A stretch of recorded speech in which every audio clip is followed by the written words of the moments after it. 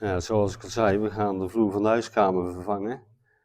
Maar die schoorsteen of schouw, die staat in de weg. Die is ooit in gebruik geweest, maar dat is lang geleden denk ik. En daaronder, dus daar kan ik mooi wat steentjes in laten vallen, dat scheelt weer opruimen. Maar wat ik ook daar vond, was wel leuk. Was wat houtsnijwerk. Het zit wel vol met houtworm. Maar dat gaan we natuurlijk opknappen. En zorgen dat de houtworm niet verder opeet. Hè? Die willen we wel verwerken in het huis. Ik weet nog niet waar. Maar dat gaan we vast en zeker doen. Nou, ik ga vast dat ding een beetje afbreken. En dan kunnen we de vloer gaan vervangen.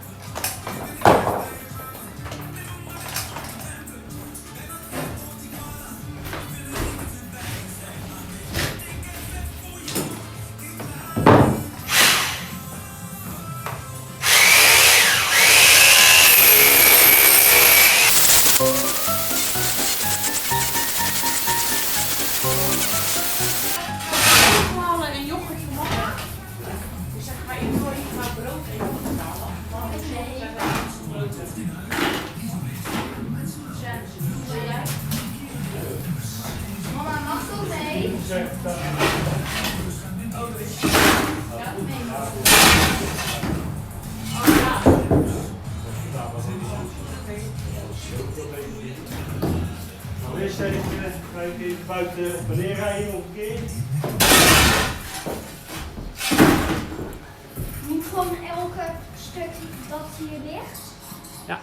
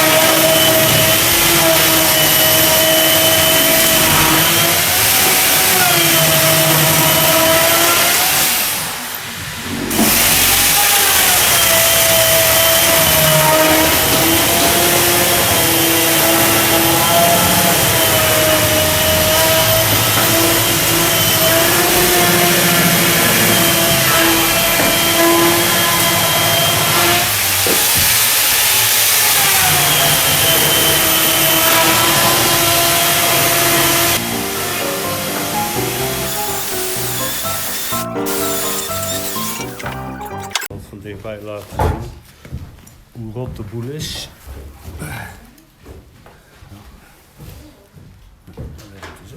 Nou, dit is dan een van de kelders. Kijk, dat is een schoorsteen die we erboven hebben afgebroken. Dat is daar. Kijk, we hebben ook hulp. Onze Milan doet ook helpen. Nou, je ziet het. De balken zijn goed rot. De stukken liggen eruit.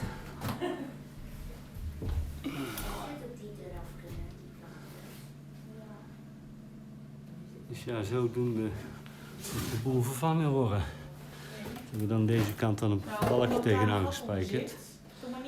Want dan moet het allemaal goed zijn. Ja. Als het daarna weer gaat rotten, omdat er geen dakpoten meer zijn, alles kapot was, zwaar vervallen natuurlijk, ja, dan gaat het allemaal weer kapot natuurlijk. Hè?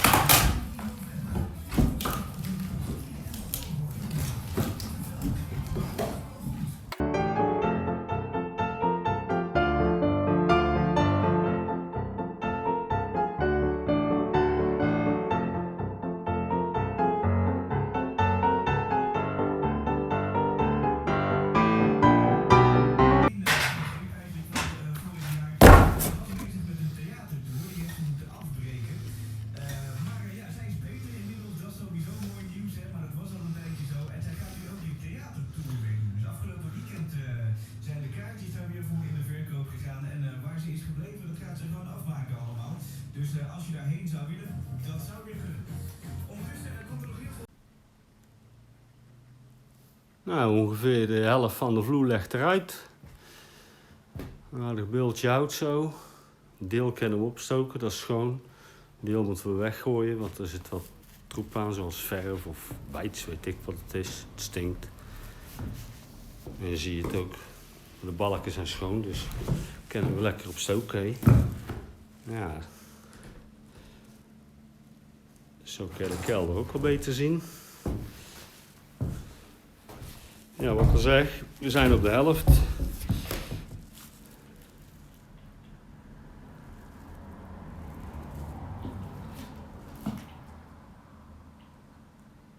Morgen weer verder.